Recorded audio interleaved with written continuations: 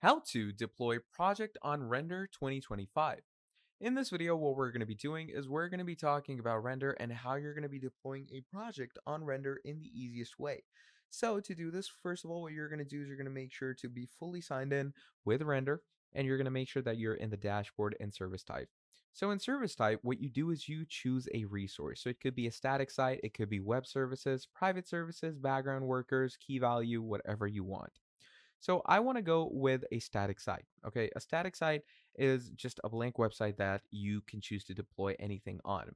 Now, once that is done, it's going to ask you for a repository. So you can either go with a public Git or you can go with any Git provider. I personally would like to go with GitHub. Okay, so I'm going to come over to GitHub. I'm going to authorize render with my GitHub account. And once you've done that, as you can see, Render starts loading in and integrating itself. So just install the Render application onto your GitHub. And once that is done, you're going to see that it's going to give you a proper repository. So let's say I want to go with this as my repository. I'm going to connect that. And once you have done that, you can add different projects to this. You can choose your branches, root directory. Now, it's also going to ask you the relative path of the directory containing built assets. So let's say I'm just going to go ahead and write and build. So that's going to be the general path. And now what you do is just click on deploy site.